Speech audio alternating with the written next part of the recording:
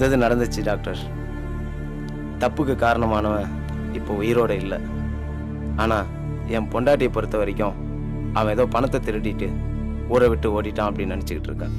என் பொண்டாட்டியும் தப்பு பண்ணவ தான், ஆனால் அதுக்கு காரணம் நானும் தான். அவங்க 2 பேர் பண்ண தப்புக்கு அந்த குழந்தை என்ன பண்ணுச்சு? நான் ஏதோ ஒரு குழந்தைய தத்தெடுக்கலான்னு இருந்தேன். அது ஏன் இந்த குழந்தையா இருக்கக்கூடாது? இந்த ஊரை பொறுத்த வரைக்கும் இந்த குழந்தை என்னோடது. அதை அப்படியே மெயின்டைன் பண்ணிடலாமே. எனக்கு குழந்தை பிறக்காதுன்ற விஷயம் உங்களுக்கு மட்டும்தான் தெரியும். ஊருக்கோ என் பொண்டாட்டிக்கோ தெரியாது. அந்த குழந்தைய என்னோடதாகவே நினச்சி வளர்த்துக்கலான்னு முடிவு பண்ணிட்டேன் டாக்டர்.